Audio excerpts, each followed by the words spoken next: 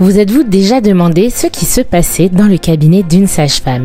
Au-delà des examens et des actes médicaux, le cabinet d'une sage-femme est un lieu de confidence. Ces quatre murs sont comme une boîte dans laquelle on peut déposer avec confiance ses questionnements, ses interrogations, ses espoirs, ses joies, ses peines. C'est un lieu où parfois le temps s'arrête et on est juste là à parler. Je suis Charline, je suis sage-femme depuis bientôt 8 ans et j'ai fait mon premier stage il y a 12 ans, à la fin de ma première année de médecine, quand j'ai eu le concours sage-femme. 12 ans, vous imaginez ? 12 ans que j'ai la chance de voir mes patients dans des moments de vérité comme on en voit peu. Je vois la vie, la vraie, sous mes yeux et j'ai énormément de gratitude pour cela. Les sages-femmes sont souvent qualifiées de bienveillantes et je pense que c'est parce qu'on est à l'écoute des femmes, on écoute nos patients et quand on écoute vraiment les gens, eh bien ça rend humble. Mais comme je suis soumise au secret médical, et c'est très bien ainsi, je ne peux pas vous partager ce que je vis dans la chaleur de mon cabinet. Mais si vous saviez comme ma place est privilégiée. Alors j'ai décidé de laisser les personnes concernées vous raconter. Dans ce podcast, vous entendrez des histoires de vie sous le prisme des cycles. J'accompagne des vies, de la puberté à passer la ménopause, des femmes, des hommes, des humains en somme, qui viennent toujours me voir par rapport à un événement lié au cycle menstruel. Contraception, SPM, grossesse, ménopause et j'en passe. Mais généralement, nos conversations vont bien au-delà de ce sujet. Alors, voilà pourquoi, ici, on va pouvoir entendre de vraies histoires. Des true stories. Bienvenue dans Monstro Story. Moi, je veux pas avoir d'enfant, mais par contre, je voudrais en donner. Elle s'est mêlée l'humour à l'écologie et au féminisme comme personne. Mon invitée du jour est Swan Périssé. Je veux booster mon corps en pensant aux familles, tu vois, ouais. Sensibilisée au sujet, Swan nous raconte avec beaucoup d'émotion pourquoi et comment elle a choisi de faire don de ses ovocytes. Enfin, en vrai, c'est pour être sûr que tu as bien compris que tes ovocytes, ça c'est pas tes enfants. Par contre, je serais ravie de les accueillir dans ma vie si ils et elles ont besoin, tu vois. Tu vois, je suis encore émue quand j'en parle. C'est pas parce que t'aimes quelqu'un que t'aimes la vie que tu vis avec cette personne. Vous entendrez également Swan parler de son non-désir d'enfant, de son stérilet et de contraception masculine. Je suis aussi du coup, je vais pouvoir parler de mon stérilet. On a décidé d'avoir des enfants et d'emménager ensemble. Et il m'a quitté 2 semaines plus tard par mail. Et moi, tu vois, là, tu m'as dit ça m'a serré le cœur de me dire « Ah ouais, je pourrais avoir un enfant et regretter. » Bienvenue dans la Monstro Story de Swan Périssé. Bonjour Swan. Bonjour Charline. Merci d'avoir invité et d'avoir accepté mon invitation. Dans ce podcast, vraiment, ça me fait trop plaisir de t'inviter. Aujourd'hui, le thème principal, c'est qu'on va parler du don d'ovocytes car tu as fait ce don. On ne va pas parler que de ça, on va parler de toi. Pour rappel, Monstro Story, c'est un podcast dans lequel j'invite des personnes donc, qui vivent leur cycle, qui vivent des menstruations, et pour aborder des sujets autour de ça, de l'intimité, du cycle, etc. Parce que quand même, ça rythme pas mal de choix et d'événements dans nos vies. Ouais.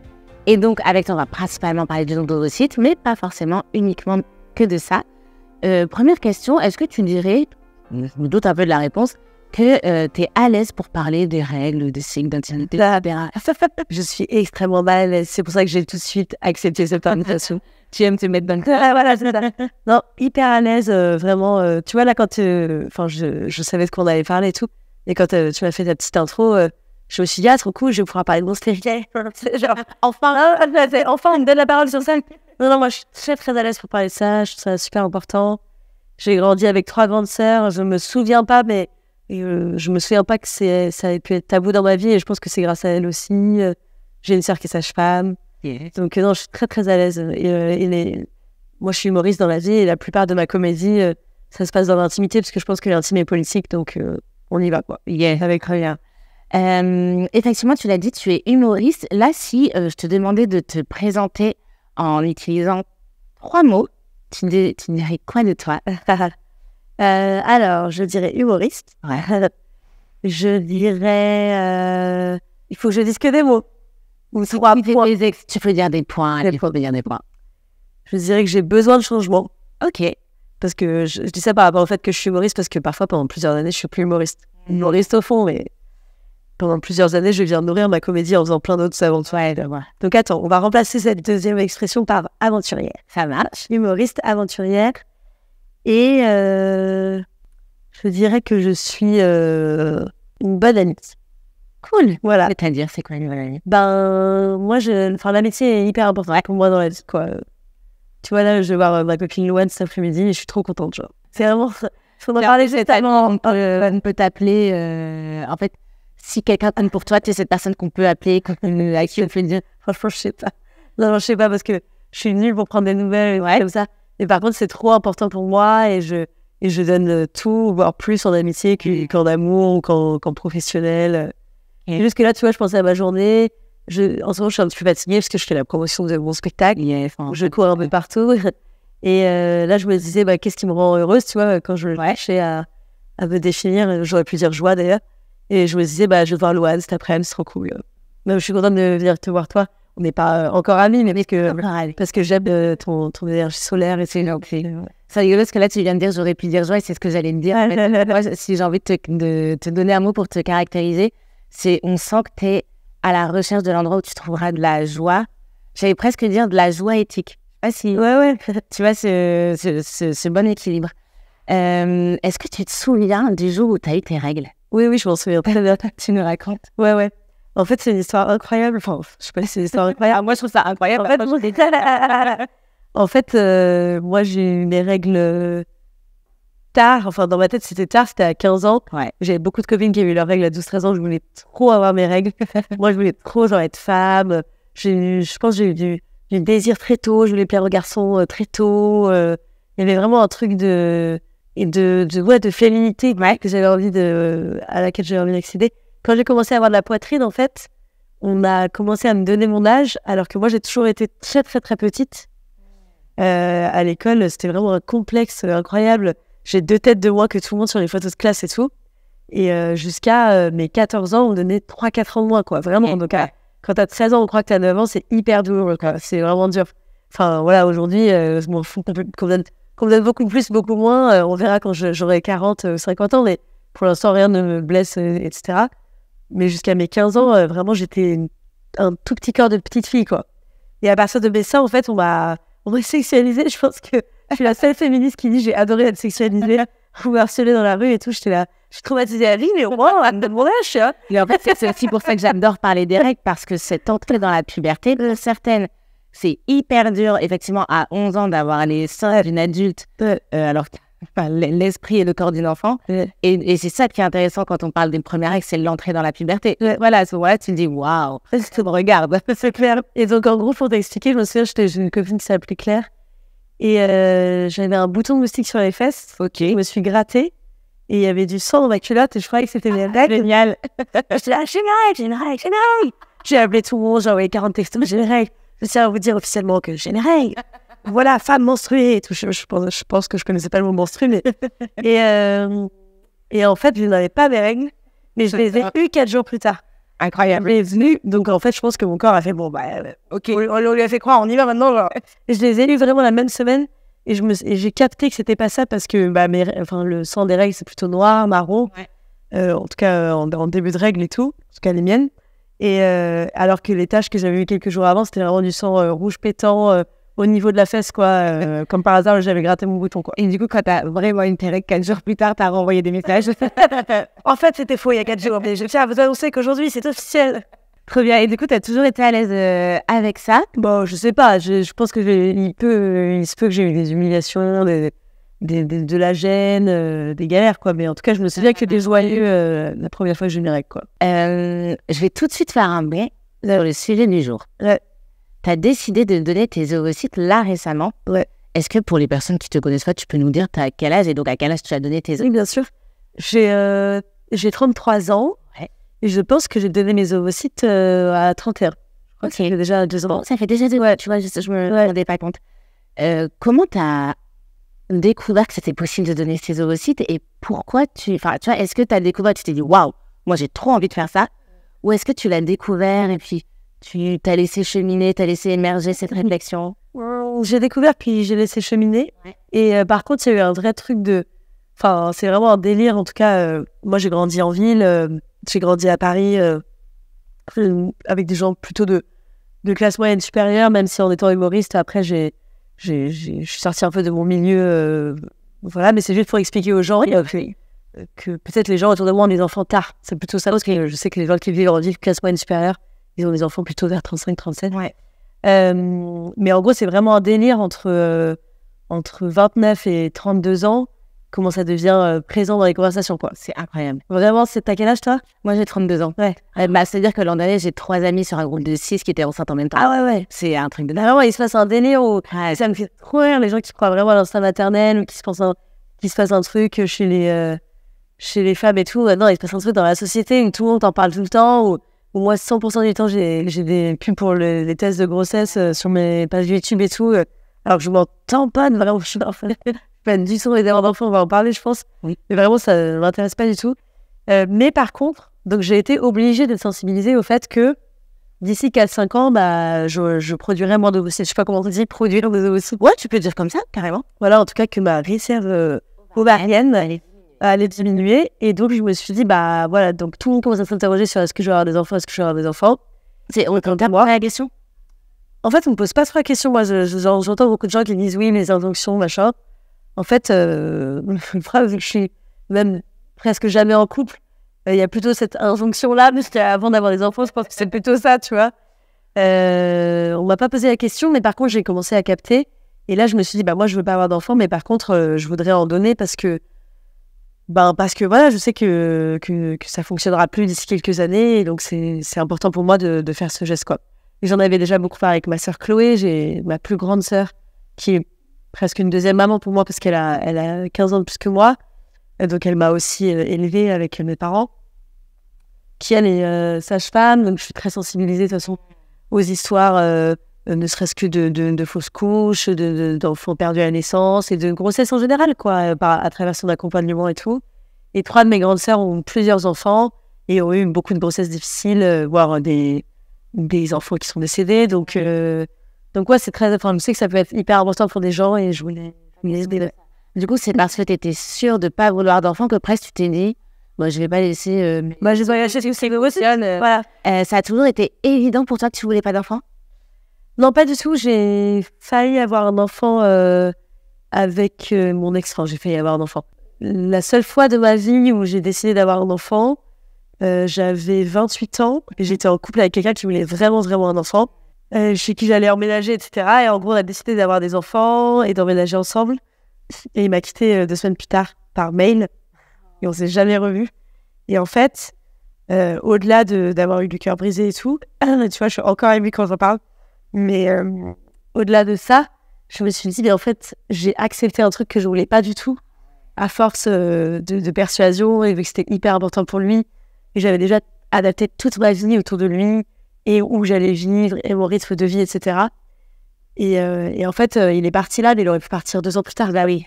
Avec en tout cas, avec un enfant dans le couple, quoi. En me laissant l'enfant. Donc, ça veut dire, quand je dis avec l'enfant, c'est dans le sens que dans le couple, et du coup, ça aurait été... Merci beaucoup, mais finalement, je change d'avis, je ne veux plus d'enfants, ciao. Ouais, c'est ça. Si on ne voulait pas, ouais. Ouais, c'est ça. Et donc là, je voulais pas d'enfant jusqu'à ce moment-là. Puis là, finalement, à force de me persuader, j'ai dit OK. Et puis quand il m'a quitté et tout, je me suis pas dit tout de suite plus jamais. Mais là, c'est une évidence que, en fait, c'était quelque chose que je faisais par amour. Après, je pense que c'est trop bien de faire les choses par amour. Peut-être qu'il y a un moment où ça va être une évidence pour moi que j'en veux, mais plus j'avance, c'est une évidence que j'en veux pas. Et plus je vois mes amis qui sont enceintes et je les envie pas, qui accouchent et je les envie pas, qui ont des enfants de 2 ans, je les envie pas, de 4 ans, je les envie pas, de 10 ans, je les envie pas. Il y a rien qui me donne envie dans la maternité, malheureusement, tu vois. Et pourtant, j'aime les enfants, tu vois. Je garde même le mariage et tout. Ah, pas du tout. Je ne vois pas du tout vers. C'est ce que tu viens de me raconter, c'est cette histoire-là qui fait que là, en off, tu me disais juste avant, faire des choses par amour, c'est pas forcément une bonne idée, en fait. Ah oui, c'est vrai qu'on parlait de toi, ouais. On peut aimer quelqu'un et juste pas aimer la manière. Pas aimer la vie qu'on aime, voilà. C'est pas parce que t'aimes quelqu'un que t'aimes la vie que tu vis avec cette personne. Ouais. Voilà. Je pense pas que ce soit à cause de ça, mais parce que je vois beaucoup de gens qui sacrifient des rêves pour leur couple. C'est juste ça, tu vois. Mais je pensais pas forcément à la maternité. Ah ouais, si, on parlait de ton ami qui avait envie de maternité. En fait, je pense que si tu veux avoir des enfants, c'est super de les avoir en couple, je suppose, mais il faut que tu aies envie d'avoir des enfants avec ou sans couple, même si forcément la vie, elle est influencée par les gens que tu aimes, avec qui tu passes ta vie et tout. Mais moi, je ne voudrais jamais avoir des enfants toute seule. Et du coup, en fait, je me suis toujours dit que si j'avais des enfants, ça ne serait pas mon projet. Ça serait le projet de l'autre. Et c'est... Malheureusement, dans notre société, il y a beaucoup d'hommes qui font ça. Il y a beaucoup d'hommes qui se laissent persuader par leur amoureuse, qui leur dit pendant des années, j'en veux un. Pas du harcèlement, mais c'est important pour elles. Puis eux, ils se laissent guider par la vie. Ils se disent, why not? Donc moi, je me suis toujours dit que si j'ai un enfant, ça sera comme ça. Je comprends. Moi, j'ai longtemps hésité sur le fait que je souhaitais avoir des enfants. Aujourd'hui, je suis pas sûre à 100%, mais en tout cas, ce que je sais, c'est que j'ai envie d'être en couple avec quelqu'un qui potentiellement est OK pour en avoir. Voilà, la liberté d'avoir le choix, en tout cas. Et j'ai souvent dit, j'ai pas envie d'être mère, mais je crois que j'aimerais être père.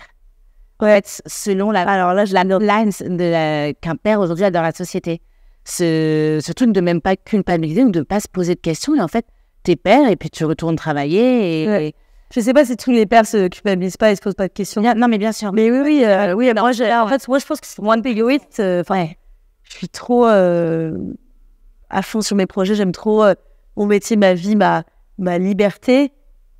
Si dans la vie d'une femme serait vu comme de l'égoïsme, mais c'est clair, moi j'aimerais trop être père. Voilà, c'est des questions parfois qu'on te pose. Est-ce que t'as pas peur de regretter? En fait, on ne me pose pas cette question. Moi, je suis entourée de personnes qui te posent pas ce genre de questions. Oui, il fallait aussi, je peux être très glaciale. Et c'est pas trop quelque chose qu'on perçoit en interview quand je fais ma star comme ça. Ni dans ma comédie, mais dès qu'on rentre dans mon intimité et tout, j'ai des grosses distances, je peux envoyer chez les gens assez violemment. Donc je pense que personne n'ose me faire des remarques sur ma vie perso, que ce soit dans la famille ou dans les amis. En fait, j'ai une famille qui n'a pas forcément soutenu mes projets artistiques et humoristiques quand j'étais... Enfin, au début, quoi. Puis j'ai galéré plusieurs années. Et donc, j'ai mis beaucoup de distance vers si t'aimes ce que je fais, t'aimes pas ce que je fais, tu me donnes ton avis. Et plusieurs fois, j'ai fait genre, non, je veux pas ton avis, tu vois. En fait, je pense que, je dégage cette énergie et je m'en rends compte parce que j'ai fait un projet qui s'appelle Vers chez vous. Où je suis allée en caravane chez des abonnés pour les aider à mettre en place des initiatives écologiques pendant plusieurs années. Et les gens qui travaillent avec moi, mes assistants, assistantes, parfois ils me disaient oui, cet abonné, il est un peu bavard, ou cet abonné, tu vas voir, ou cette personne, elle va te prendre beaucoup d'énergie et tout. Et moi, ça m'arrivait jamais. Je pense qu'ils avaient peur de moi, en fait. Parce qu'il y a un moment où j'impose une espèce d'autorité où, genre, non, je vais pas rentrer dans cette conversation. Tu vois. Et je pense que les gens ne me demandent jamais, t'as pas peur de regretter. C'est, en vrai, du coup, c'est une super protection. Je te demandais si on te le demandait. Je trouve que c'est parfois un peu ce qui est complexe dans mon podcast. C'est parce que presque j'ai envie de te faire dire ce que parfois peut-être certaines personnes peuvent se poser et donc leur apporter la réponse. Pour en avoir discuté avec plus d'une personne qui ne souhaite pas avoir d'enfant, en fait, souvent, ce que les personnes répondent, c'est en fait, je préfère au pire regretter de ne pas avoir d'enfant que de rien avoir. Non, mais moi, tu vois, là, tu m'as dit ça m'a serré le cœur de me dire, je pourrais avoir un enfant et regretter, ça m'a horrible. Tu vois, te dire, en fait, je m'identifie direct à ça. Je sais que je vais regretter, tu vois. J'espère que je n'aurai pas d'enfant et que cet extrait tombera pas dans les mains de mon enfant, mais je sais que je vais regretter, je le sais, tu vois. Direct. Ouais, tu le sens dans ton corps. Ah ouais, je le sens. Non, mais je comprends. Je pense que dans ton podcast, si tu prépares bien l'invité avant et tout, tu peux poser des questions hyper indiscrètes comme ça parce qu'on est entre nous. On a le temps de les amener, quoi. Ouais, c'est ça. Enfin, mais moi, c'est aussi important pour moi, entre guillemets, de me désolidariser de certaines questions. Plus parce que je sais que c'est des questions que tout le monde se pose forcément. Étant sage-femme et connaissant plein de parcours de vie, il y a plein de questions où j'ai les réponses, on va dire, générales. Même si ce qui m'intéresse, c'est ce que toi, tu vis. Et du coup, je voudrais juste te dire un truc. Un autre truc, c'est que moi, je pense qu'il y a plein de façons d'être parent. Ma meilleure amie s'appelle Louane. Je pense qu'elle aura des enfants. Enfin, en tout cas, elle veut. Et moi, j'ai trop hâte d'être leur tata, tu vois. Je m'interdis pas d'adopter les gens. Le meilleur ami de ma maman a adopté quelqu'un qui était déjà adulte, qui avait déjà 22, 24 ans, quand lui en avait 50, 60. Qui était quelqu'un... d'immigré et il l'a accueilli pendant des années chez lui pour l'aider et maintenant c'est son père, tu vois, d'adoption. Il a encore ses parents dans son pays d'origine et tout, et donc je pense qu'il y a plein de façons d'être parent et je pense pas que ça s'arrête à 42 ans quand t'as plus d'ovocytes. Enfin, tu vois, genre il y a un truc de plus en plus, j'aime bien cette expression, on parle de plus en plus de faire famille. Pas de la simple définition de la famille, en fait, c'est pas forcément un couple et deux enfants, tu vois, j'allais dire un enfant, mais c'est vraiment tout le temps l'image qu'on a d'un couple et deux enfants. Juste la notion de faire famille, en fait, c'est pas non plus parce que t'as pas d'enfant que tu fais pas famille. C'est ça. Moi, je commence, à mon âge, je commence à avoir des relations avec des hommes. Désolée, j'ai le nez mouché. Après, je vais faire des jeux bruits. Non, c'est vrai. Voilà, c'est mon glamour. Je commençais à avoir des relations amoureuses avec des papas séparés qui ont des enfants. Par exemple, moi, je me vois très bien dans le couple avec quelqu'un qui a un enfant. C'est pas du tout un problème pour moi. Tu vois, et même d'être un soutien pour cet enfant. Et j'ai des copains qui ont été beaux papas, encore des beaux papas, qui se sont séparés de la maman, qui sont toujours très amis avec l'enfant qu'ils ont élevé pendant des années. Enfin, donc en fait, pour moi, ça veut pas dire pas d'enfant dans ma vie, tu vois. Je comprends complètement. Concernant le don d'ovocytes, tu nous racontes un petit peu comment ça se passe, comment tu l'as vécu. Ouais, avec plaisir. Donc, moi, j'ai fait un don d'ovocytes quand j'étais encore un peu nomade. Donc, je vivais un peu dans toute la France. Et ça a été la chose la plus galère parce que, y a plein de tests à faire, etc. En gros, moi, j'ai pris rendez-vous à l'hôpital. Je peux pas dire pour des raisons de confidentialité dans quel hôpital m'a été suivi. Parce que je le savais pas, ils auraient dû me le dire parce que j'étais influenceuse, tu vois. Ils m'ont pas donné tous les détails, ils étaient là, oui, elle va garder ça discret, mais moi, j'ai que 2-3 boulettes devant des centaines de milliers de personnes. C'est bon, c'est effacé maintenant. Donc j'ai pris rendez-vous dans un super hôpital, et donc j'ai été accompagnée, donc j'ai eu un premier rendez-vous médical, j'ai dit je veux donner mes ovocytes, on m'a demandé un peu pourquoi. Après, il faut faire plein de tests. Attends, ça, je vais décrire les étapes. Tu veux décrire les étapes maintenant? Ok, trop bien. Donc, bon, j'ai pris rendez-vous chez le médecin. J'ai dit, je veux faire un don d'ovocytes. Le médecin, qui était une femme, m'a dit, c'est super. Voilà comment ça va fonctionner. Pourquoi tu veux le faire, etc. Donc, j'ai un peu raconté ma life. Après, j'ai fait toute une batterie de tests médicaux pour savoir si ça allait pas compromettre ma santé et surtout si j'avais pas des maladies génétiques que j'allais par erreur transmettre, dans mon don d'ovocytes. Ça, c'est cool parce que c'est des tests qui normalement coûtent hyper cher et là, c'était tout remboursé. Et puis, c'est cool de le faire sur toi tant que tu n'as pas donné les ovocytes plutôt que sur les ovocytes alors que tu as fait toute la procédure. Bien sûr, ouais. Parce que c'est une procédure lourde quand même. Ah, voilà. Ouais. Enfin, tu vas nous expliquer, mais c'est cool de le faire avant la procédure. C'est ça. Donc là, dans mes souvenirs, il y avait des frottis, un frottis au moins, plein de prises de sang, des prises de sang dans des centres en particulier parce que il fallait envoyer le test ADN, j'y connais rien, mais qui revenait 3 semaines plus tard et tout. Donc là, ça commençait à être un peu galère pour moi, nomade, parce qu'en fait, un jour, j'étais à Lille, 3 semaines plus tard, j'étais à Montpellier, voilà. Ensuite, t'as un premier rendez-vous avec une psy, je crois, ou un brassier, et un anesthésiste. Alors, psy, c'est pour voir, en fait... en vrai, c'est pour être sûr que t'as bien compris que tes ovocytes, ça, c'est pas tes enfants. Ouais. C'est hyper important. Essentiel. C'est essentiel, parce qu'en fait, moi, je fais un don d'ovocytes. Il faut savoir qu'aujourd'hui, ça a changé la loi depuis... ça a changé il y a 2 ans, juste avant que je fasse le don. Aujourd'hui, si tu fais un don d'ovocytes, c'est anonyme, c'est gratuit, tous les frais sont remboursés, bien sûr. Et globalement, ils te font passer avant tout le monde pour tes prises de sang, ils te font passer avant tout le monde pour tes échographies, parce que tu en fais régulièrement au cours du process, et je vais vous expliquer ça avec plaisir.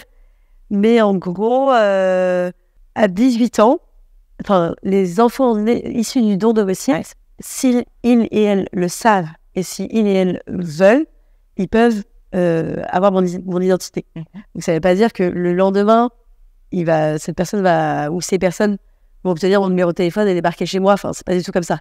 Ça devra passer devant une commission, il ou elle devra faire une demande officielle, ça passera devant un conseil à l'hôpital, puis le conseil à l'hôpital m'appellera, etc. Mais potentiellement, je peux reparler aussi, parce que ça ne sera pas signé pour. Voilà, en faisant ton... C'est ça. Je pense que tu peux refuser si tu es dans des situations délicates, mais je pense que tu peux décider d'envoyer que une lettre ou j'en sais rien, mais c'est pas en claquant des doigts. Et par contre, il faut le savoir, que l'enfant, je vais dire ton enfant, que l'enfant issu de ton don d'ovocytes peut retrouver ton identité. C'est important de le savoir.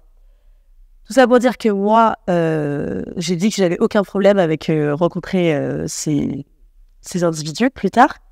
Et au contraire, avec plaisir, ça fait partie de leur parcours et tout. Mais il faut savoir que ces gens peuvent aussi jamais te contacter. Ouais.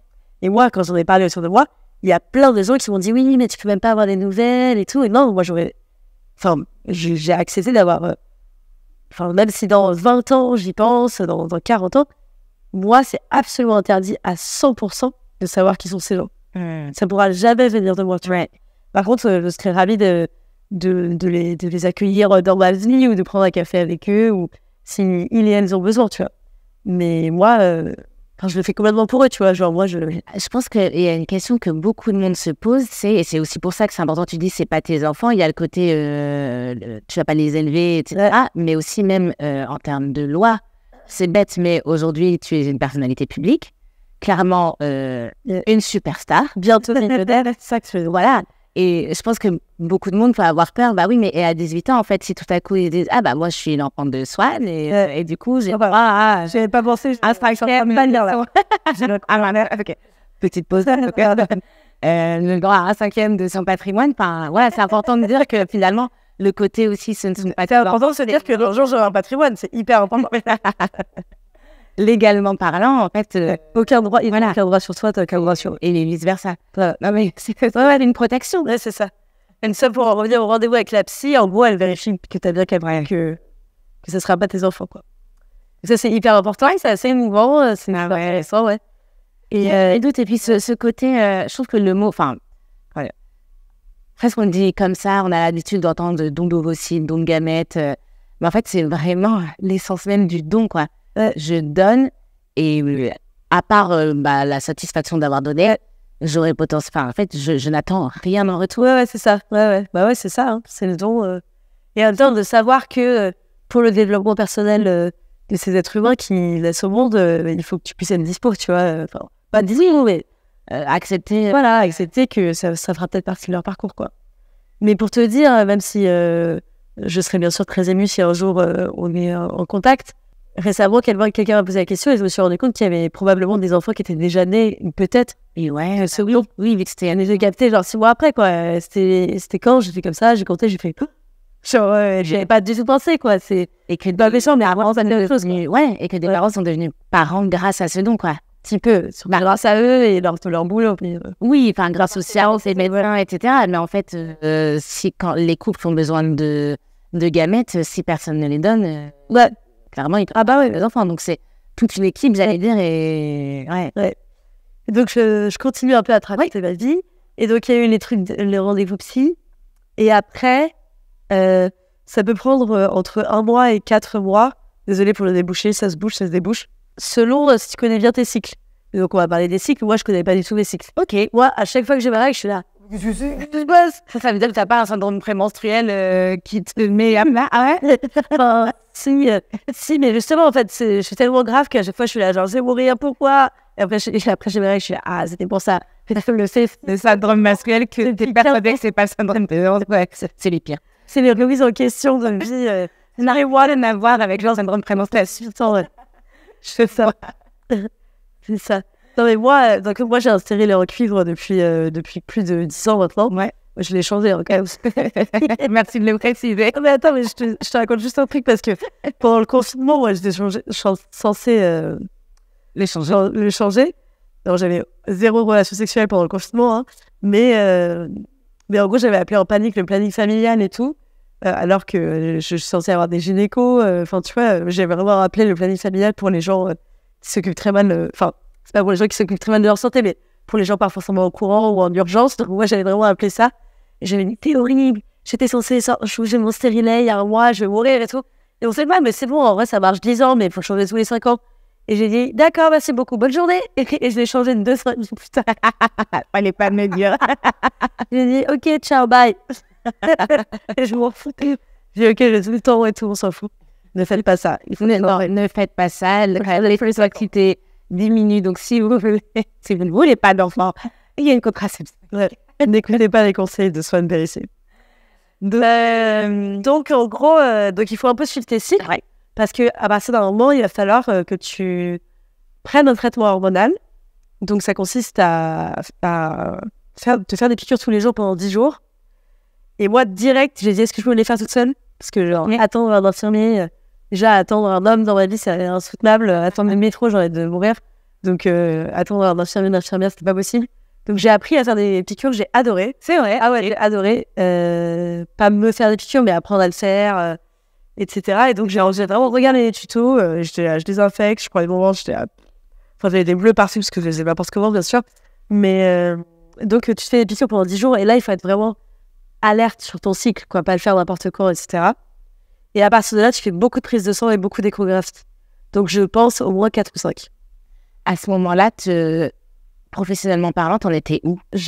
Franchement, ça prenait beaucoup de temps. Ah ouais. Le problème, c'est que j'étais pas stable. Si t'es stable, que t'es près de ton hôpital où tu donnes tes ovocytes, que tu connais bien ta pharmacienne, ton pharmacien et la personne qui te fait la prise de sang et l'échographie, c'est hyper rapide. Tu m'appelles, il capte direct et tout. En fait, moi, j'ai fait ça à travers toute la France. Donc, c'est pour ça que c'est impossible de reconnaître où j'ai fait le don d'ovocytes parce que, genre, vraiment, il y a des images partout. Et il y avait des gens qui étaient émerveillés parce que c'était un don qui faisait passer, d'autres qui me méprisaient. Il y avait des gens qui pensaient que je congelais mes ovocytes et qui me montraient un peu du mépris, qui soufflaient un peu, qui étaient un peu genre... qui étaient un peu exaspérés parce qu'après, moi, je disais, il faut que je passe devant, je fais un don, tu vois, parce que j'amusais aussi, tu vois, mais... Vraiment des gens pas très cool, ouais. Okay. Mais par contre, à l'hôpital, un super service et tout. Et donc, un nombre incalculable de gynéco a fait mes échos internes. Et c'était hyper drôle parce que à chaque fois, ils étaient surpris, il et elle, puisque je suis allée voir beaucoup de sages-femmes aussi, même s'il y a des hommes sages-femmes, ils étaient surpris que j'ai un stérilet, parce que moi, j'ai gardé mon stérilet. Et oui. Donc, en fait, ils sont habitués à avoir des gens qui veulent avoir des enfants toute la journée. Je suppose que pas mal de tes patientes veulent avoir des enfants. Et donc, ils regardaient l'échographie, ils faisaient ouais. Et après, il faisait, et oui, il y a donc un stérilet. Et là, sans hormones, mais oui, c'est ça. Et là, il captait que c'était complètement possible de faire un don d'ovocytes en ayant un stérilet. Ok. Et j'ai même eu, en cuivre. Et j'ai même eu une aventure avec une sage-femme hyper professionnelle qui d'habitude décrit le bébé, qui là m'a vraiment décrit tout mon utérus et mon stérilet. Yeah. C'était hyper beau. Hein, moi, j'adore les échos. C'était beau, c'était hyper beau. Mais elle me décrivait comme c'était mon bébé, tu vois. Elle était là, donc là, vous pouvez voir que votre stérilet est là, donc on dirait que c'est grand, mais c'est comme ça. Moi, j'ai fait une vidéo de l'intérieur de mon corps. C'était incroyable. Et apparemment, c'est très impressionnant la stimulation ovarienne. Donc en fait, t'as plein de petites... C'est pas à toi que je vais l'apprendre, mais je le dis. Vas-y, n'hésite pas à te demander comment tu l'avais vécu aussi dans ton corps. Ouais, en fait, moi, j'avais peur d'avoir des sauts d'humeur, d'être hyper énervée et tout. Et en fait, j'étais surtout très ballonnée. Donc, pas comme enceinte, mais j'avais quand même un gros ventre et tout, mais comme quand je mange pas équilibré pendant longtemps ou que je suis très fatiguée, tu vois, c'était pas une sensation qui m'était inconnue. Donc très ballonnée et très fatiguée. Okay. Mais c'était aussi par rapport à ma vie, tu vois, c'était juste un moment de vie très fatigant, quoi. J'ai pas du tout eu de saut d'humeur, j'étais pas triste, fatiguée, hystérique. Alors que moi, je suis très, très émotive, quoi, dans la vie. J'avais pas des crises de larmes, des trucs... Alors que j'appréhendais ça à famille, quoi. Donc apparemment, donc pour expliquer à celles et ceux qui ne savent pas, tu me dis si je dis n'importe quoi, mais on a une réserve ovarienne, donc on a un nombre d'ovaires pour sa vie. Et chaque mois... Quoi? D'ovocytes. On a des ovaires et on a des ovocytes dedans. Ok, plein d'ovocytes, voilà. Et donc, si je dis pas de bêtises, il y en a entre, je sais pas, 8 et 15 qui sont prêts à naître chaque mois. Et il y en a... tous meurent sauf un, quoi. Exactement. Voilà. Et quand tu fais une stimulation ovarienne, enfin, quand tu fais un don, vu que c'est assez lourd l'intervention, enfin, tu vas au bloc opératoire, quoi. Et ben ils disent, autant faire ça que pour un mois et faire en sorte que la plupart des ovocytes arrivent à maturité. Exactement, ouais. Donc au lieu qu'il y en ait 15 qui meurent et un qui reste, qu'il y en ait 15 potentiellement fertiles là. Et donc qui grossissent et donc ça prend de la place. Voilà. Et ouais. Voilà, c'est ça. Et c'est important de le dire parce qu'il y a des gens qui pensent que quand tu donnes des ovocytes, tu t'enlèves des ovocytes qui potentiellement plus tard peuvent donner lieu à un bébé. Non, de toute façon, tu les aurais perdus. Exactement. C'est là, sauf que là, ils deviennent tous fertiles. Enfin, ils deviennent. Oui, c'est exactement ça. Tous. Je donne les alors. Mais à la fin de ça, sur mon corps, c'était vraiment passionnant. Ouais. Et donc, oui, c'est vrai que mon ventre était très gonflé. Et je l'ai vu à la tête du dernier gynécologue qui m'a fait l'échographie. Tu sais, il faisait l'échographie comme ça, c'est des échographies internes. Faut pas être pudique, faut pas avoir peur qu'on te trépote, mais je crois que quand tu veux avoir d'enfants, faut pas avoir peur qu'on te trépote. Beaucoup perdent leur pudeur. Voilà, j'ai de process. Moi, je me suis fait embrocher vraiment une vingtaine de fois par des inconnus. Et donc, il me met la sonde, ou le truc là, la caméra, voilà, et il regarde l'écran en face, et donc il fait comme ça. Il fait, oula. Et après, il fait, c'est pas naturel, ça. C'est pas naturel. Et c'est vrai que, donc elles sont dans des petites poches qui sont dans mes ovaires. Exactement. Et donc il y a des petites poches comme ça qui d'habitude font entre 1 et 2 cm. Et là, chacune faisait 7 cm. Oh wow. C'était un truc de malade. C'était un truc de malade, genre. Visuellement, c'était des grandes poches. C'était très impressionnant de stimuler là. Voilà, c'est ça. Et bah voilà, quand je suis arrivée au bloc opératoire, il y a mon médecin qui est arrivé avec le masque, le corps et tout. Il a fait alors ça a très bien fonctionné. Vous avez très bien réagi à la stimulation. Avec les grands yeux, que je voyais que ces grands yeux comme ça à travers le masque. Vous avez très bien réagi. Et donc, en fait, tu sais pas quand va avoir lieu le prélèvement. C'est un peu relou parce que t'es à 4-5 jours près. Et en fait, à la fin, tu fais des prises de sang tous les jours. Et à un moment, quelqu'un t'appelle et dit c'est maintenant quoi. Go. Et ouais, et j'avais l'impression que c'était enceinte. Elle a fait genre, c'est demain, on y va. Ok. Et là, genre, j'ai fait en plus, la dernière étoile, elle est hyper impressionnante. Je dois mélanger des trucs, donc j'étais vraiment là, genre, avec des flacons, ça doit être à heure précise, donc j'étais là. Et après, j'étais là, on y va, les gars. Hyper calme. On y va. Donc le matin, tu te douches à la bétadine et tout, plusieurs fois. Et après, tu vas à l'hôpital et j'y suis allée avec ma maman. Ouais. Et donc, je crois que j'ai fait encore une boulette.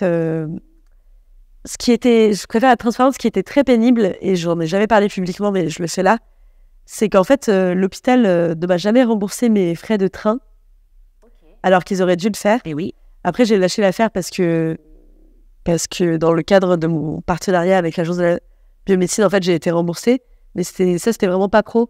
Parce qu'en fait, il fallait que je justifie de pourquoi je venais de tel endroit, et ça, c'est vraiment pas pro parce que en fait, ça coûtait au moins 500 €, quoi, et ça, c'est une maladresse infinie, quoi, de pas avoir réussi à faire ça. Donc, petit message à l'hôpital, il faut rembourser. En fait, il faudrait même qu'ils avancent eux, tu vois. Ah oui. Comme ça, il n'y a pas de souci, parce que déjà que nous, ça nous prend beaucoup de temps et d'énergie, tu vois. Tout ça pour te dire que, oui, donc en gros, j'étais à l'hôpital, et en gros, je pense que j'ai donné ma carte vitale ou quoi, ils m'ont dit, ça coûte 27 €, vous devez 65 € à l'hôpital. Il y avait une grosse file d'attente derrière moi. Et j'ai dit non, mais moi je vais pas payer ça parce que c'est un don. Et j'ai insisté, j'ai dit c'est un don d'ovocytes. Que toute la file d'attente a entendu. Et je crois que j'étais dans la même salle d'attente que les gens qui allaient recevoir mon don d'ovocytes. Je suis trop emboulée, genre. Alors qu'en vrai, c'est hyper confidentiel, les gens ils sont pas censés savoir et tout. Et du coup, ma mère, elle regardait dans la salle d'attente tous les gens qui me ressemblaient et tout, parce que normalement, un don d'ovocytes, c'est donné à des gens qui te ressemblent. Mais ça se trouve, on est complètement parano et c'était dans 2 salles différentes. Mais moi, j'ai fait non, mais c'est un don d'ovocytes. Devant tout le monde, elle fait un grand silence. C'est moi qui donne un don d'ovocytes aujourd'hui. Vous n'avez pas besoin de les conserver, on va les donner dans la pièce d'à côté directement. Je les fais direct. Et donc, j'attends. Donc, ils m'ont donné un Lexomil. Je vais au bloc opératoire. Stressée, toi? Là, t'allais au bloc? J'étais un peu stressée. J'avais jamais fait d'intervention chirurgicale. J'avais choisi l'anesthésie locale. J'ai eu aucune douleur. L'anesthésie locale, du coup, ils t'en donnent comment Ils te mettent une piqûre dans le sexe. Ah oui, ouais, ok, il passe par là. Voilà, mais j'ai rien vu, rien senti. Et après, ils rentrent une grande pipette seringue et ils viennent ponctionner tous les gros liquides là de poche de je sais plus combien de centimètres. Ça, t'as pu le voir, toi, à l'écran? Et je l'ai vu en vrai, ils m'ont montré, on dirait de bien, ouais. Et ils m'ont montré mes ovocytes qui sont microscopiques, mais c'était hyper émouvant. Ah oui, ils m'ont montré un vieux liquide vert, j'étais là. Enfin, hyper émouvant. Donc moi, j'étais défoncée, donc j'avais pris le Lexomil, je prends jamais de Lexomil. C'est la première fois de ma vie que j'en prenais. Et vu que je respirais fort parce que j'étais un peu stressée, il y a quand même le cathéter là dans la main, ils m'ont mis un petit coup de... Donc j'étais débattue, voilà. J'ai filmé pendant tout le truc et j'ai ma tête. Et je suis là genre, ouah, c'est incroyable, parce que j'avais l'écran au-dessus de moi. Et c'est vraiment incroyable. Pour le coup, c'est très très émouvant. Donc ils prennent puis ça dure maximum un quart d'heure, quoi. C'est hyper court. Il et elle sont nombreux. Il y avait l'infirmière qui me donnait la main. Beaucoup de tendresse, beaucoup d'attention. Enfin, et t'as pas eu mal? J'ai pas eu mal du tout. J'étais complètement défoncée. Je regardais le truc. J'étais là, c'est incroyable, c'est incroyable. Donc tu vois toutes les poches disparaître. Après, ils me les ont montrées. Ils faisaient plein de blagues, mais bienveillantes, pas graveleuses et tout. C'était hyper émouvant. Puis après, t'es accompagné en salle de réveil et donc, le médecin est venu me voir, m'a dit ça, voilà, ça a bien fonctionné, comment tu te sens et tout. Et j'ai eu occasionnellement des douleurs de règles pendant 2-3 jours et un tout petit peu de saignement et j'ai trop bien vécu. Ils t'appellent après quand même pour vérifier que tout va bien. T'as pas d'autres contrôles à faire? Non. Leur dire au téléphone? Aucun autre contrôle que leur dire au téléphone que tout va bien. Et en sachant que si ça va mal, ils te prennent direct. Enfin, t'as aucune attente, tu dois pas prendre un rendez-vous 24 heures sur 24. Je sais qu'il peut y avoir des effets secondaires. J'en ai parlé, j'ai fait une vidéo sur mon don d'ovocytes, il faut le dire, sur ma chaîne YouTube, une vidéo sur mon don d'ovocytes, et une vidéo où je réponds à toutes les questions sur le don d'ovocytes. Et voilà, et j'ai retrouvé mon état de ventre normal un mois après. Mais si tu veux, c'est avec le recul que je me suis rendu compte que j'avais le ventre qui avait changé, parce qu'un mois plus tard, j'étais un peu soulagée, tu vois. Je me sentais moins malhonnée. Je me le disais pas pendant le don. Et donc, c'était incroyable. Et juste pour information, je ne peux pas et je ne saurais jamais combien d'ovocytes ils ont réussi à obtenir. Ça, je pensais que tu voulais le savoir. Non, donc il me l'aurait juste dit si ça n'avait pas du tout fonctionné. S'il y avait eu un ou deux ovocytes ou pas du tout, vu que ça a impliqué ma santé, il me l'aurait dit. Oui. Mais voilà, donc après, c'est parti. Donc normalement, ça a été inséminé soit le jour même, soit le lendemain. Enfin, le spermatozoïde a été inséminé le jour même. Donc en fait, ils prennent tous les ovocytes. Il y en a qui sont pas bons à être fertilisés, voilà, je sais pas comment on dit. Donc ils vont à la poubelle. Et il y a tous ceux où c'est bon. Donc disons que sur 17, il en reste plus que 12. Après, avec des pipettes microscopiques, ils mettent le spermatozoïde dans l'ovocyte. Donc c'est incroyable. Ouais. C'est vraiment incroyable. Et puis dans un milieu qui reproduit la vie, quoi. Donc, je sais pas comment on sait, mais c'est des mini-ventres. Ouais, en fait, c'est ça, c'est la fécondation in vitro. Ouais, c'est incroyable. De manière artificielle. Ouais, artificielle, on arrive à créer l'environnement dans lequel peut se développer un œuf. C'est fou. Et je crois que les embryons, ils peuvent rester... Bon, ils le font pas, genre. Mais la technologie, aujourd'hui, arrive à les faire rester 10 jours aussi. Ah, c'est 10 jours en vie. Sans le ventre d'une femme, tu vois. C'est incroyable. Ouais. Donc, ils le font. Après, sur ces 12, donc c'est peut-être que de la même famille, enfin, peut-être que des spermatozoïdes de la même personne, du même couple, ou des spermatozoïdes de couples lesbiens. Ouais. Ou alors pour plusieurs familles. Et ensuite, il y en a qui ne fonctionnent pas. Donc, sur 12, il en reste plus que, je sais pas, 7, 8 embryons. Et ensuite, ils congèlent tous ces embryons pendant parfois des années. Et donc, il y a une femme qui attend dans une pièce d'à côté, le jour même ou le lendemain, qui elle-même a pris un traitement hormonal, et donc on lui met l'embryon dans le corps. Soit ça fonctionne tout de suite, elle fait sa grossesse, et après, pendant 5 ans, elle peut réutiliser d'autres embryons. Donc, elle peut avoir des frères et sœurs vraiment, génétiquement, de l'enfant qu'elle a eu. Donc, moi, pendant encore 5 ans, potentiellement, mes ovocytes vont donner lieu à des enfants. Et soit ça fonctionne pas, mais soit ça fonctionne pas, et donc cette personne peut avoir accès à tous les embryons, mais parce que ça fonctionne pas, quoi. Incroyable. Et c'est possible que ça ait servi à plusieurs familles. C'est fou. Et ça, tu en parles avec énormément d'émotions. Ça te fait trop plaisir d'avoir donné. C'est trop beau. J'allais dire, j'ai l'impression d'avoir plus rien à ajouter. C'est c'est un don. Point. Bravo, Swan. Perfect, ça se vient là, ouais, c'est bon. Ouais, et tu sais, c'était hyper drôle parce que au premier rendez-vous avec la psy, elle était là, cette anecdote, ce ne sont pas vos enfants. Je dis, bien sûr, ça n'est même pas les enfants, c'est un ovocyte, c'est rien du tout et tout. Et genre, pendant la stimulation, j'étais là, allez les filles. C'est pas du tout des filles, hein. Est-ce que vraiment, je boostais mon corps en pensant aux familles, tu vois, ouais. J'étais... Bon, je vais pas dire que j'ai arrêté l'alcool non plus, c'est pas vrai, tu vois. Mais je voulais vraiment que ça marche, quoi. Au bout d'un moment, en fait, c'est tellement d'implications, tu vois, les prises de sang, les tests, les piqûres et tout, qu'au bout d'un moment, il faut que ça marche, quoi. On se connaît pas encore énormément, mais un truc que je perçois chez toi, c'est que je pense que tu as un vrai don pour la communauté au sens large. Et ça me fait penser à ça. En fait, il y a vraiment ce truc de, alors, ok, comment on peut faire tous ensemble, selon nos qualités, nos caractéristiques à chacun, pour que notre société évolue.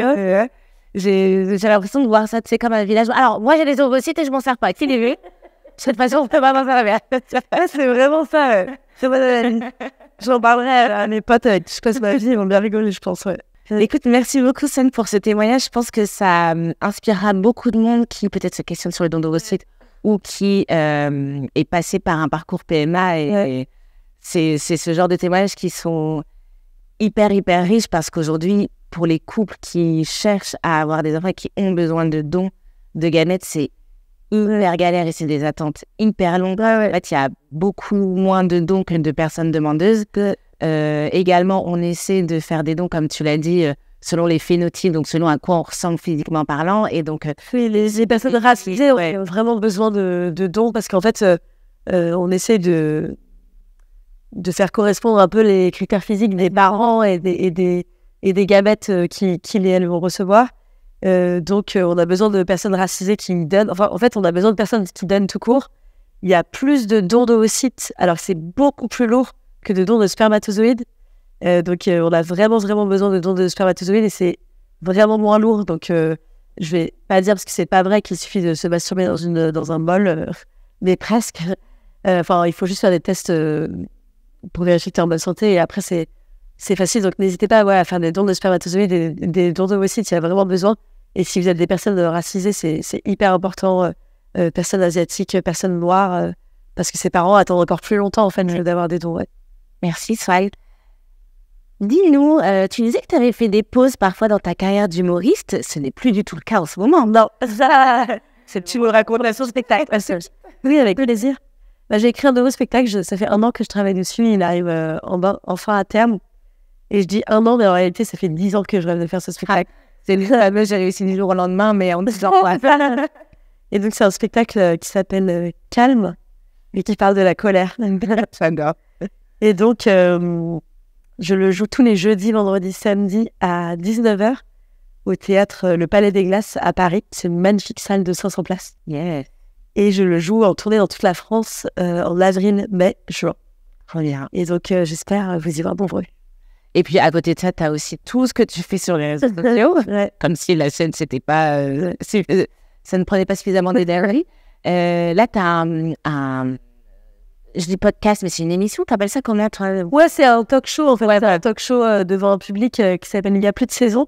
Parce que moi, l'un de mes sujets de prédilection, c'est pas du tout les ovocytes, c'est l'écologie.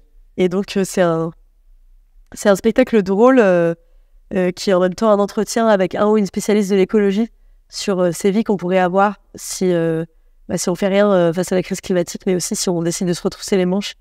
À quoi pourrait ressembler notre société si on décidait tous ensemble de changer le monde, quoi. Tu dirais que ta conscience écologique, elle a influencé ta manière de voir les cycles, les règles ou, je sais pas, ta contraception En vrai, pas du tout. Ouais, c'est intéressant parce qu'on l'évoquait un petit peu avant. Pas du tout. Ça fait très longtemps que je suis pas du tout dégoûtée du sang de sang de mes règles, de mon corps. Ça fait des années moi que j'ai des partenaires, par exemple, qui acceptent d'avoir des relations sexuelles avec moi quand j'ai mes règles. Je trouve ça trop bizarre de pas accepter ça, tu vois. Après, pour des raisons pratiques, forcément, c'était pas forcément dans le mood, mais le sexe, c'est plein de fluides, tu vois. Donc, voilà. Non, ça a pas du tout changé mon cycle. Je suis très contente d'avoir arrêté la pilule et j'ai arrêté la pilule, je pense, à 17-18 ans. J'ai dû la prendre pendant 2-3 ans, de mes 15 à mes 18 ans. Parce qu'en fait, c'était plus pratique d'avoir un stérilet en cuivre, en fait. C'était vraiment ça. Et oui, quelques mois, j'ai souffert parce que ça faisait un peu mal. Mais en gros, mon gynéco à l'époque, qui était un homme super, parce que moi, j'ai eu plein de problèmes de MST quand j'étais hyper jeune et tout, c'était n'importe quoi. En gros, il regardait tous les 3 mois si mon utérus était prêt, quoi. Et j'ai vraiment ce souvenir de le supplier et de dire alors.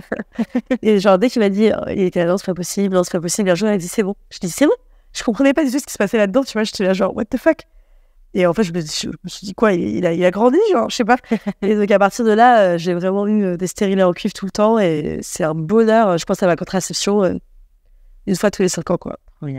Après, je me protégeais énormément parce que de toute façon, t'as toujours des risques de MST, mais c'est aggravé, en fait, quand t'as un stérilet en cuivre. Mais ça donne quand même beaucoup de moins de maladies que la pilule, quoi. La pilule contraceptive, c'est une révolution, c'est hyper important. Et il faut la prendre si vous voulez pas avoir d'enfant. Surtout si vous pouvez pas porter un stérilet en cuivre. Mais je vous incite toutes les personnes qui possèdent un utérus qui ont des risques de grossesse à vous renseigner, quoi. Demandez vraiment à vos médecins et à ne pas accepter un non comme réponse s'il n'y a pas d'explication derrière. Parce que moi, mon utérus n'était pas prêt, mon corps était trop petit, en fait. Et en fait, j'ai ce qu'on appelle un mini-stérilet. Ça existe, ouais. C'est un taille XXS, tu vois. Et c'est un bonheur parce que j'y pense que tous les 5 ans. Moi, j'oublie ma pilule souvent, j'ai pris la pilule du lendemain plein de fois. Et c'est hyper mauvais pour le corps. Je connais pas les détails, mais voilà, je sais que ça provoque vraiment le cancer et tout. Après, c'est plus important de l'apprendre que d'avoir des grossesses non désirées. C'est important de le dire, mais voilà. En tout cas, c'est pas l'écologie qui m'a incité à ne pas prendre la pilule, mais je suis hyper contente de ne pas prendre la pilule parce que j'y pense. Tu vois, je comprends. Ça, je pose la question parce que parfois, il peut y avoir des réflexions écologiques là-dessus. Effectivement, tu l'as dit, la pilule, je rajoute mon petit truc de sage-femme pour concernant la pilule, tu l'as dit, en fait, c'est une révolution. Mais c'est sûr que c'est des hormones, donc ça à prendre dans un contexte. Il vaut mieux prendre la pilule que de l'arrêter du jour au lendemain et prendre des risques, c'est sûr. Ça dépend aussi de son âge, si on fume pas, de son mode de vie, ce qu'on consomme au quotidien. Ne culpabilisez pas si vous prenez la pilule et que c'est votre contraception de rêve. C'est déjà suffisamment galère. Mais pour le coup, ce qui est intéressant, ce que moi j'ai appris dans mes études, c'est qu'il y a qu'en France où on prend autant la pilule.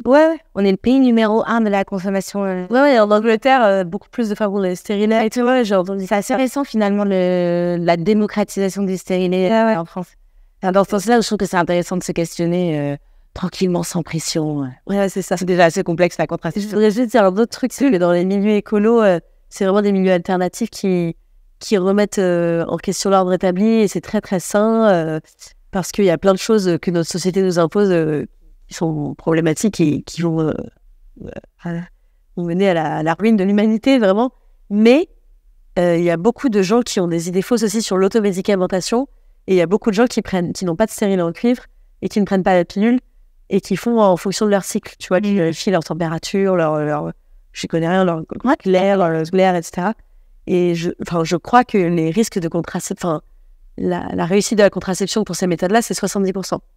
Et figure-toi que ça peut même être plus important. Ok, d'accord. En fait, ça dépend de quelle méthode naturelle on décide d'utiliser, mais quand on utilise vraiment et la température et la glaire, donc la symptothermie, si on le fait correctement et qu'on a été formé, donc ça veut dire parfois un suivi pendant 3 à 6 mois, on peut monter à l'efficacité d'une pilule. Ah ouais? Mais par contre, si on se dit je compte mes jours, là on est. Ok, voilà. Donc il faut le faire. Très sérieux. Voilà. Je tiens à préciser parce que, en gros, dans les milieux alternatifs, il y a des gens qui sont. C'est bien de remettre en cause même la façon dont on fait la santé normale et surtout sur la prévention. Mais il y a des gens qui essayent de soigner le cancer avec des plantes et qui couchent avec pas avec n'importe qui, parce que je suis pas un vieux boomer, mais je couche beaucoup sans protection et sans vérifier, en disant ça doit le faire au niveau de mon cycle. Et c'est hyper dangereux de faire ça, quoi. Donc voilà, il faut quand même le regarder, quoi. Il y a de tout partout et de la nuance. C'est la nuance. Exactement. Ouais. Est-ce qu'il y a un sujet que tu avais trop envie? On a parlé de ce stylé. Est-ce que tu avais un sujet que tu avais trop envie d'aborder avant? Il y a un sujet dont je parle dans mon spectacle Calme. Je voudrais parler de la contraception masculine. Ah oui. En fait, dans mon spectacle, il y a tout un passage où j'explique que j'ai une conversation avec un mec qui m'explique qu'il a beaucoup de relations sexuelles non protégées avec des femmes qui ne prennent pas de contraception. Et on creuse la conversation et il me dit que sa plus grande peur dans la vie, c'est qu'une femme lui fasse un enfant derrière son dos. Et donc il y a vraiment 15 minutes où je dis non mais celui-là il est exceptionnel, quoi. J'ai le mec il insémine des femmes toute la journée dans sa tête. Je dis pour moi c'est comme ça qu'il fait l'amour. Pour ceux qui nous écoutent, car c'est également Alonzi Podiumman est en train de faire le lancer du blé. C'est un peu ça les graines dans le. Non, mes belles pouliches. Et en gros, et donc je pousse le vice hyper loin, quoi, en disant mais toi si tu plantes des tomates, t'es surpris quand il y a des boules rouges sur les tiges. Enfin vraiment c'est. Et en fait, il y a vraiment une responsabilisation à avoir parce que donc je parle de ce gars qui a, en fait, je dis que c'est un gars que j'ai rencontré en soirée, mais en fait c'était le coloc de mon ex, précisément cet ex. Et c'est vraiment, c'était quelqu'un d'horrible en fait, parce qu'il avait beaucoup de relations sexuelles avec des femmes qui ne prenaient pas de contraception, des femmes qui avortaient régulièrement en fait, dont il était complètement responsable, et bien sûr il n'allait pas à l'avortement. Et en fait, si tu poussais le discours, il disait que ça devait être lui qui pouvait décider si elles avortaient ou non, quoi. Donc en fait c'est hyper problématique. Donc si vous êtes un homme et que vous attendez et c'était quelqu'un qui avait plus de 40 ans, qui ne voulait pas avoir d'enfants, qui avait quitté sa copine avec qui il était pendant 7 ans parce qu'il ne voulait pas avoir d'enfants. Donc c'est quelqu'un qui avait déjà fait le choix de vie, mais qui ne voulait pas entendre parler de vasectomie par rapport à la peur de la passage virale. Donc sachez que vous pouvez faire des vasectomies si vous êtes sûr de ne pas vouloir avoir d'enfants. Je crois qu'il y a des pilules masculines qui se développent, ou des piqûres, ou les Apparemment, les pilules, ça se développe. Le slip chauffant, on en entend parfois parler, parfois moins, mais là, c'est vraiment, j'allais dire aux médecins de prendre ce sujet à bras-le-corps, parce qu'en fait, on a besoin de médecins pour accompagner les personnes qui tentent le slip chauffant pour faire des spermogrammes régulièrement pour vérifier que ça fonctionne bien. Donc, il faut que la médecine, que la santé, elle s'empare de ce sujet, quoi. Ouais, donc les ceux qui savent pas prennent leur responsabilité sur ce qui existe déjà. Et moi, je pense que c'est surtout que quand vous êtes un homme et que vous avez une relation sexuelle, vous avez de toute façon, il n'y a jamais un risque zéro pour que vous ne vous retrouviez pas à devoir assumer une grossesse que vous ne voulez pas, quoi, complètement. Donc, en fait, quand vous êtes un homme et que vous avez des relations sexuelles, la femme peut tomber enceinte et vous aurez 0 mot à dire. Et je pense que c'est hyper important de le rappeler. Et je comprends que ce soit hyper flippant et que ce soit une énorme responsabilité et que ce soit terrorisant et tout. Mais moi, si j'étais un mec, jamais je prendrais pas de contraception parce que ça arrive. Et en fait, je trouve ça fou de remettre la responsabilité sur les femmes. J'ai eu des copines qui ont même gardé des enfants alors que l'homme n'était pas d'accord et tout. C'est nos corps, en fait, on fait ce qu'on veut. Et je comprends que ce soit hyper dur, mais les femmes avec qui vous couchez, à tout moment, peuvent vous imposer soit une pension alimentaire, soit d'élever un enfant avec elles, et vous n'aurez pas le choix. Et c'est normal que ce soit comme ça. Et donc, je pense que c'est hyper important que vous responsabilisiez et que vous nous protégiez d'une façon ou d'une autre. Vraiment, genre, moi, si j'étais un homme, jamais je coucherais sans préservatif si je voulais pas avoir d'enfant. Mais je serais là, genre, toutes des sorcières. Parce que c'est ce que nous sommes, vraiment. Merci, Swan. Pour te plaisir. Ravel, merci beaucoup. Là, si on a envie de te suivre, c'est plutôt sur Instagram. Ouais, sur Instagram. Mais sur YouTube aussi, parce que c'est là où il y a tes talk shows notamment. Ouais, c'est ça. Pas que, mais Swan Périssé, tout simplement. Swan Périssé avec 2 N et Périssé avec 2 S. 2 S, 1 E. Ouais, Périssé, 2 S. Voilà. C'est comme périmé avec 2 S. Voilà. Alors que mes autres sites, je peux vous dire qu'ils sont super. Je peux vous dire que... Allez. Merci beaucoup, Swan, pour ta confiance. Enfin, vraiment, merci pour tout ce que tu as délivré. C'est un nouveau don. Merci pour tout ton travail. C'est incroyable. Moi, j'ai une sœur sage-femme, mais c'est trop bien tout ce que tu fais sur les réseaux. C'est trop important. Merci. Et puis voilà, j'avoue que je suis contente aussi qu'on ait pris un temps pour discuter. Ouais, en toute honnêteté. Je vous mets tous les liens pour retrouver Swan, son compte Insta, sa chaîne YouTube. Il y a un lien, t'as un site avec tes dates de spectacle ou c'est plutôt... Ouais, j'ai un site avec mes dates de spectacle. Ça, je les mettrai en description. TikTok aussi. Et TikTok, voilà.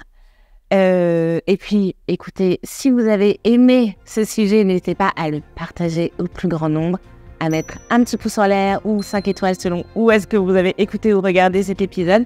Et nous on se retrouve la semaine prochaine pour d'autres sujets et pour Monstro Story dans quelques temps.